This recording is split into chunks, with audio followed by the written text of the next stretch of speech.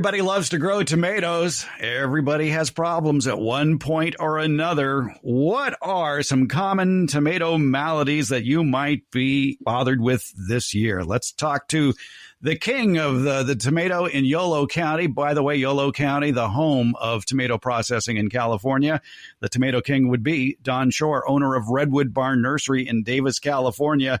And Don, I think after people plant their tomatoes, especially if they planted them too early and there's still some cold or wet weather involved, there may be some issues with flowers and fruiting to start off. There are often problems early in the season as the plant goes into soil that's cold. We talk about this frequently when we're on, together on your program about waiting for those nights to warm up, waiting for the soil to warm up, and the plant will just languish. It will show all kinds of apparent nutrient deficiencies that are actually root damage from going into cold soil. Good news is they'll usually outgrow those problems. And if you did a little side dressing or applied a very small amount of fertilizer at the time of planting, it'll be fine. I wouldn't worry too much about that. The next thing that happens is we get rain. Invariably at some amount in March, of course, April, and even into May. And though that rain doesn't do a whole lot in terms of watering the plants, but it does get the leaves wet. And it's not uncommon for us to start seeing some leaf diseases on the young tomato plants.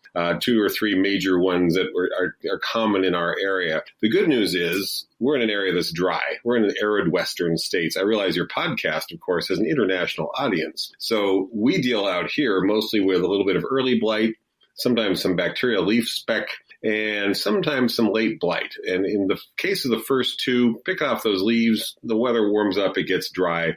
That's the end of the problem. You don't have to worry about it. It just goes away. Late blight is less common, but we do run into it, and sometimes gets further into the leaf, into the petiole, into the stem, and can kill a whole part of the plant. So that's obviously worse, and that can become, even potentially life-threatening to the plant if we continue to have unusual late-season rains, as we did, for example, in May 2019, when it rained and rained and rained all the way through the month. You need to cut that out pretty quickly when you see it and get rid of it.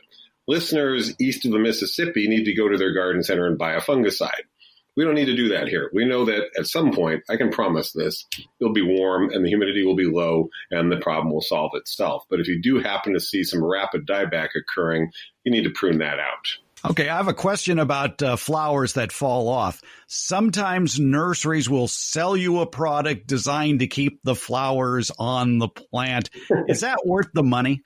No, says the nurseryman. No, it's not worth the money. There'll be plenty of time for the flowers to set and give you plenty of fruit. If you're listening in Corvallis, Oregon, Seattle, Washington, Fort Bragg, California, those products may be the only way you get tomatoes to set. And so, yes, they would be appropriate for you in that climate. They're an interesting spray. It's a hormone spray that induces fruit set without pollination. Interestingly, you get basically seedless tomatoes when you do that. And in really cool climates that are just not totally suitable for tomatoes, they may be appropriate. Here, we'll get to the point where the blossoms will set fruit. I can guarantee it. Tomatoes, as you mentioned, were number 1 in Yolo County. Well, they're now number 2. They've fallen behind almonds about a year ago. But this is tomato country here in the Sacramento Valley. There's no need to do special sprays or anything like that to get fruit set because the weather conditions will, although they seem volatile, up and down and cold nights and hot days and all that kind of thing, we'll get the temperature range that's appropriate for the self-pollination of the flowers and the fruit set.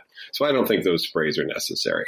All right, let's talk about some early season pests of tomato plants. And what I've seen on my own, and I'm sure that others may see it, are whiteflies and aphids. Yeah, and they're sucking on the leaves and obviously stressing the plant. Whiteflies can really become a problem, especially late in the season. As you get towards the end of the summer, the population can really build up. They don't harm the fruit. They don't harm the blossom. So they're just weakening the plant somewhat by sucking on sucking the juices from the leaves. In our nursery, we manage them just by vigorously rinsing them off. Just a very strong blast of water, focusing on the undersides of the leaves and being consistent about it. Doing it every morning, 3 or 4 days in a row will knock off multiple stages of the white flies rather than just one quick rinse and then thinking you're done with the job. They'll rebound if you do that. But if you get out there consistently day after day for 3, 4, 5 days in a row, you can really knock down the population and manage them that way. But when people watch me do this, they say, oh, you really mean a strong blast of water. Yeah, we're not giving them a shower. We're sending them into a hurricane.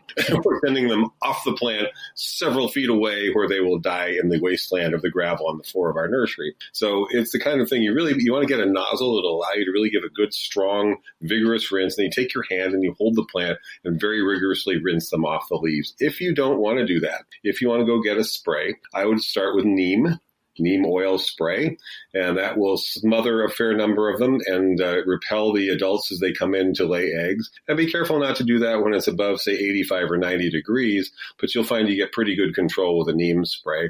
Next step up would be a light summer oil of some kind, again, with some caution about the daytime temperatures on that.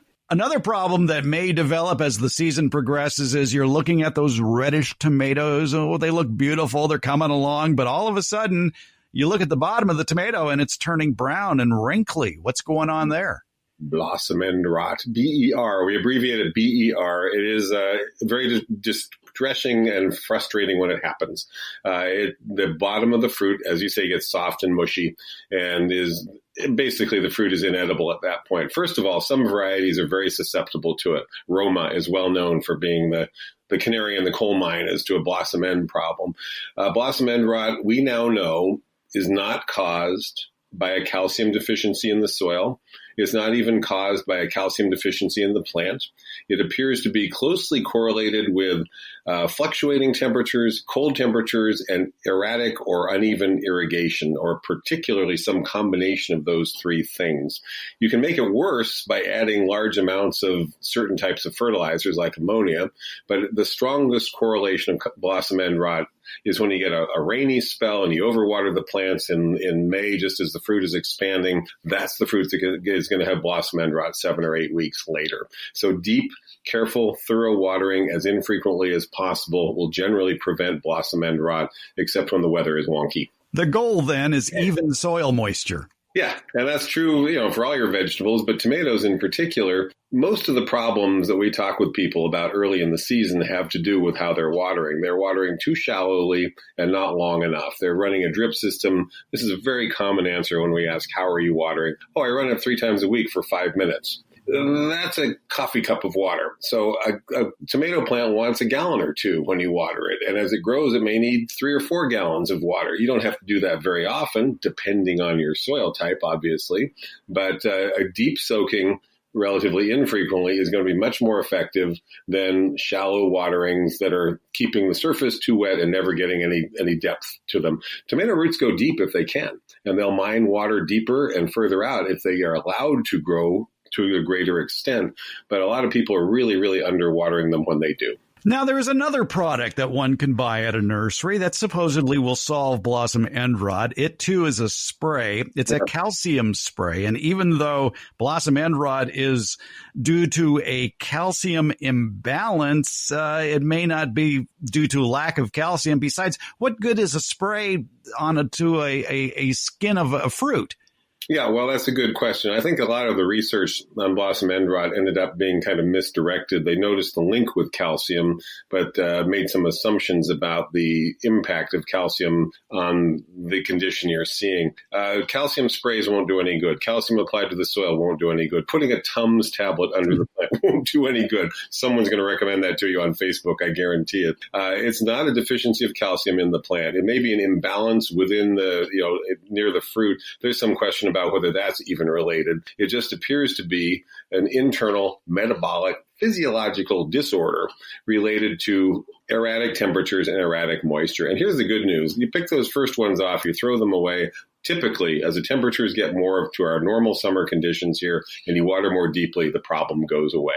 So the next crop is usually fine. And worth pointing out, you can also get blossom end rot on peppers and squash and some of the other plants in your garden. It's the same issue. Just water more thoroughly when you do and more carefully. Don't keep the plants soggy, but don't let them get drought stressed either.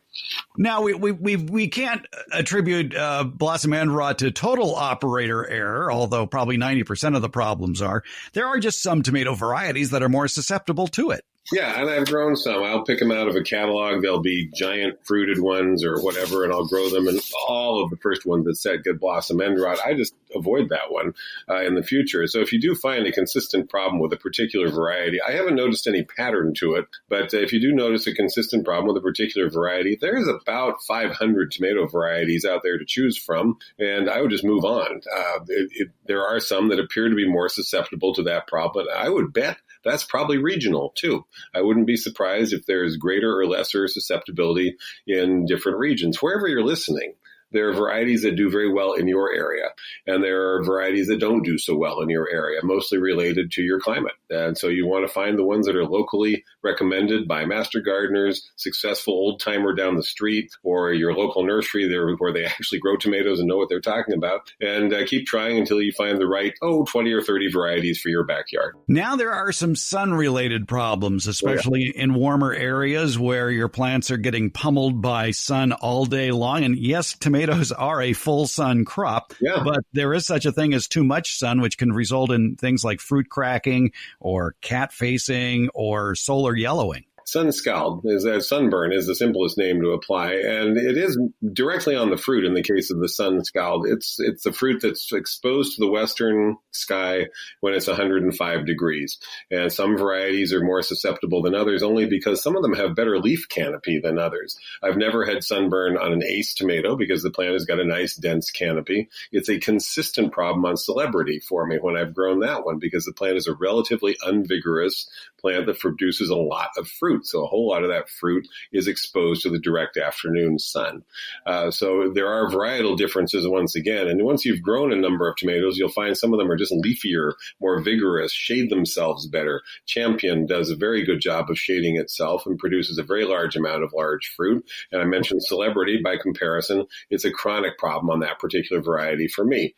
So you could, if you want to grow a particular variety that's susceptible to sunburn on the fruit, figure out a way to shade it a little bit from the hot afternoon sun. Maybe rig up a little structure to the west of the plant and put some 50% shade cloth that you buy from a local garden center.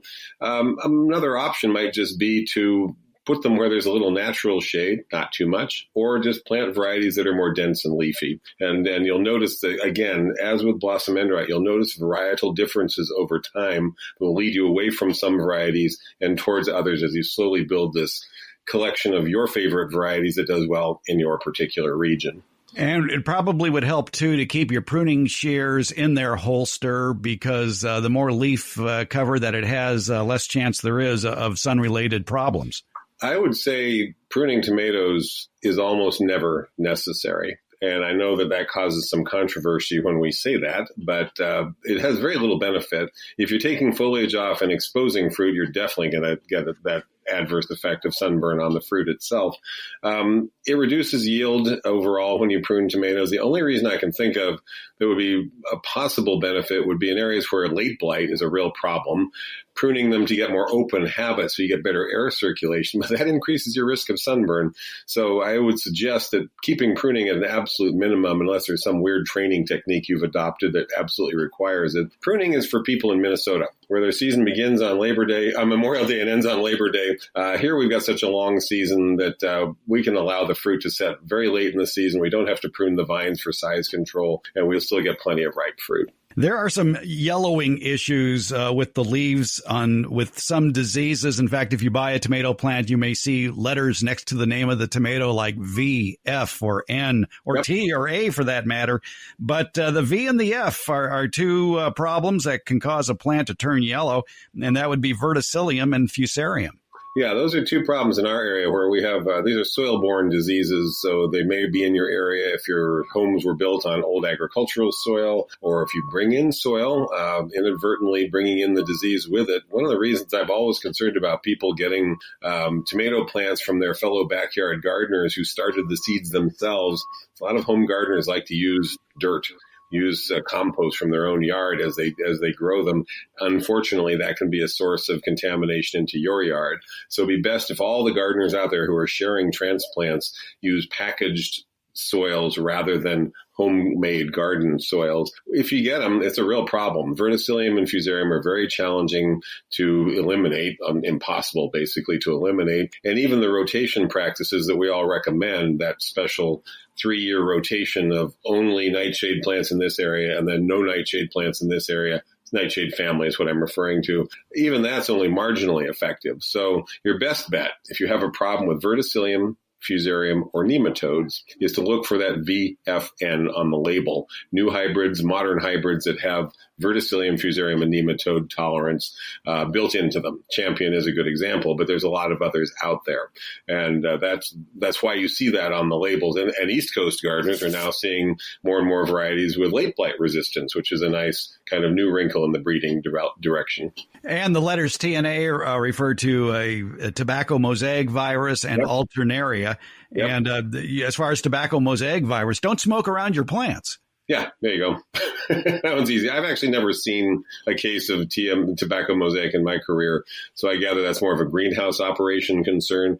But those resistances that are built into the hybrids are a distinct advantage. This is why when we're talking on your program early in the season about going and selecting your tomato varieties, we both kind of push, get at least a few hybrids in there. You know, they're going to have this resistance bred into them. And I know people love heirloom tomatoes and all, but they don't have that resistance built into them. So diversifying the number of varieties and the types of varieties you're planting can be really important. And one more problem that may affect your tomatoes, where the lower leaves and stems look kind of bronze or oily brown color, the leaves dry up and drop, that could be russet mites. That's an interesting one. I've seen it several times, and it's really hard to diagnose from someone's description because they think it just looks like a watering problem. You know, the plant looks like it needs it, not wilting, but like it's sort of drying out from the ground up. I happened to have that problem very early on when I was a gardener here in the Valley, so I got it identified. And it looks like it's browning slowly from the ground up the vine. The vine keeps growing with reasonable vigor, keeps flowering, keeps setting, but just sort of steadily declines as the season goes along. It can be a tough one. Oil sprays can be very helpful early in the season. If you've had it one year, you might wish to spray for it the next. The thing, though, is to get it properly diagnosed because it takes a 40-power hand lens to see those little mites. And most nurseries and honestly, most master gardeners aren't going to recognize that problem. It's not something they encounter very often. So take some pictures of the plant, get real close with a hand lens and look at the leaf. You might see the russet mite on there. If you have a problem one year, get rid of all the tomato foliage, all the debris at the end of the season. Don't compost it. Send it away. Send it off to the landfill. And watch your plants carefully the next year, or perhaps give them a preventive spray with a light oil as they're beginning to grow. Because it can be a frustrating problem when you get it. By the time you figure out what it is, it might be a little late to do anything about it. Is there any truth to the old adage, avoid planting tomatoes near petunias and potatoes to avoid russet mites? Not that I know of. I think petunias look lovely with tomatoes. We've been doing some tomato troubleshooting with Don Shore, owner of Redwood Barn Nursery in Davis, California. Don, thanks for the tomato tips. All right. Always great to talk to you, Fred.